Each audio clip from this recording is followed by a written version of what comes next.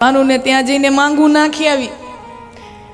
યશોદા દેવી તમે કીર્તિ દેવીને જઈ અને આપણા માંગાનો આપણા સંબંધનો પ્રસ્તાવ મૂકો. અને યશોદામાં બરસાના જાય અને કીર્તિ દેવી રાધાજીના ઘરે, રાધિકાજીના માં કીર્તિ દેવી, પિતા વૃષભાનો. હવે જઈને સીધું એમ તો કહેવાય નહીં કે અમે આના હાટું આવ્યા છીએ. જઈને સીધું એમ તો કહેવાય નહીં અમે આ સંબંધનું પ્રસ્તાવ માંગું લઈને આવ્યા છીએ. અહીંયાથી આમ નીકળ્યા હતા ને એટલે એમ થયું કે તમને અહીંયા જરાક મળતી જાઉં. અહીંયાથી નીકળ્યા હતા એટલે એમ થયું કે જય શ્રી કૃષ્ણ કહેતી જાઉં, રામ રામ કરતી જાઉં. અડધી પોણી કલાક વાતું કરી અને પછી હળવેકથી ધીરેકથી તમે બધી માતાજીઓ કરો ને આ કામ, હળવેકથી ધીરેકથી આમ કીધું કે આમ મારે ઘેર બાલ ગોપાલ છે તો તમને ખ્યાલ છે ને? હા હા બહુ સાંભળ્યું છે એના વિશે. એમ તો એની સાથે એની હારે તમારા દીકરી, તમારી ઢીંગલી રાધાનું સગપણ કરાવી નાખી તો? નહીં હો, જરાય નહીં. તમારા દીકરા હારે મારી દીકરીના હગપણ? ઈ કાળો કાળો મેષ જેવો તમારો દીકરો અને આવી રૂપાળી દીકરી હું તમને દઉં? જરાય નહીં. અને એમાં ઈ તો ચોર શિરોમણી,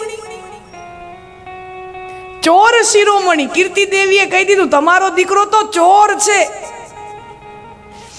આખું ગામ એને ચોર કરી, ચોર કહીને કહીને ચોર છે, ચોર છે, ચોર છે એમ કહીને બોલાવે. માખણ ચોર, માખણ ચોર.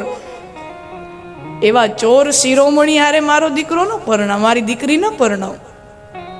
જરાય નહીં. બીજું તમે બોલો, તમે નંદરાણી છો, તમે અમારા વડીલ કહેવાઓ, આખી સમાજના વડીલ છો, પણ એનો મતલબ એમ નહીં કે મારી દીકરી તમને દઈ દો. દીકરી નહીં દો. યશોદામાને અપમાન જેવું લાગ્યું. આવી અને ઘરે આવી અને બધી ખીજ કાના ઉપર ઉતારી. તારા ઉપાડા જ આવા છે, તારા ધંધા જ આવા છે, સમાજમાં ક્યાંય મોઢું દેખાડવાને લાયક રાખ્યા નથી. જ્યાં જાવ તો એમ કે આ યશોદામાં જો ઓલો એનો દીકરો ચોર છે ને, આ એની માં જ. જ્યાં જાવ તો એમ જ કે સમાજમાં ક્યાંય જોવા જેવા રાખ્યા નથી. ઘરમાં આટલી બધી ગાયું છે તોય તને બીજે ચોરી કરવાનું જ. ઘરમાં આટલી બધી ગાયો છે. સમય વીત્યો અને પછી કૃષ્ણ અને રાધા યુગલ સરકારની લીલા. રાધાજી એક વખત કૃષ્ણ ભાવમાં મૂર્છિત થઈ જાય છે. રાધાજીને મૂર્છા આવી જાય. કેટલાય વૈદ્યોને બોલાવ્યા, પણ આ તો કોઈ દર્દ હોય તો એની દવા હોય. આ તો કોઈ દર્દ નહોતું, લીલા હતી. તો લીલા હોય એમાં તો વૈદ્ય શું દવા આપે? તો એમાં એક ગોપી આવીને, આખું બરસાના ગામ રાધાજીના ઘરે બધાય ચિંતામાં કે રાધાજીની મૂર્છા ઉતરતી નથી. તો એમાં એક ગોપી આવીને કે કીર્તિ દેવીને કે માં, ગોકુળમાં કનૈયો છે, નંદ બાબાનો કનૈયો, ઈ આ મૂર્છા ઉતારવાનો મંત્ર જાણે છે. અમારા ગામમાં એક ઘરમાં એકને મૂર્છા આવી ગઈ હતી તો કનૈયાએ મંત્ર ભણી અને એની મૂર્છા ઉતારી હતી. તમે યશોદા માને જઈને કયો અને કનૈયાને અહીંયા બોલાવી આવો. રાધાજીની મૂર્છા ઉતારવી હોય તો હવે કનૈયા સિવાય હવે બીજું કોઈ નહીં કરી શકે. હવે આનાથી જવાય કેમ? હમણાં 2 દી પહેલા આવડું અપમાન કર્યું હતું. યશોદા માને મોઢે મોઢે અપમાન કરે કે તમારો દીકરો તો ચોર છે. હવે એની જરૂર પડી, પણ હવે જાવું કેમ? અને વૃષભાનુ પોતાના પત્નીને સમજાવે, કીર્તિ દેવી, નંદ બાબા, યશોદા માં આપણા વડીલ કહેવાય, આપણા મા બાપ જેવા કહેવાય. થોડીક માફી માંગી લેજો, માં માફ કરી દેશે. તમે કનૈયાને લઈ આવો, આપણા દીકરીના જીવનનો સવાલ છે.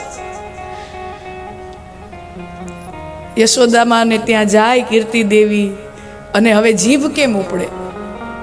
હવે જીભ કેમ ઉપડે? માં, તેદી જે થયું ઈ થયું, અમને નાદાન નાના છોરુણા સમજી અમને માફ કરી દો, વાતને જતી કરો. મારી દીકરી ઉમા બીમાર સૂતી છે, મૂર્છિત સૂતી છે, તમારા કનૈયાને મોકલો. એ અમારી ગોપીઓ એમ કહે છે તમારો દીકરો કોઈ મંત્ર જાણે, એ મંત્રથી મૂર્છા ઉતારે, એ જાણે. હા, મારો દીકરો તો જાણે, ચોરી જાણે, બીજું કાંઈ ન જાણે. મારો દીકરો તો ચોરી જાણે, બીજું કાંઈ ન જાણે. અરે માં, જવા દો ને, બોલાઈ ગયું, બધું જતું કરો. હવે યશોદા માને એમ કે હું ના પાડું એના કરતા કનૈયો ના પાડે તો મજા આવશે, એટલે કનૈયાને બોલાવ્યો. અને ખરેખર તો કનૈયાને જવું જ તું, કનૈયાને તો જાવું જ તું. કનૈયાને બોલાવ્યો યશોદા માએ કે લાલા, કીર્તિ દેવી તને બોલાવા આવ્યા છે. અને લાલાને જરાક ગુસ્સો, નાની ઉંમર હોય ને એટલે બાળ હઠ, ગુસ્સો, જીદ, રિસાઈ જવું, નારાજ થવું આ બાળકોનો ગુણ હોય. એટલે કાનુડાને કીર્તિ દેવી ઉપર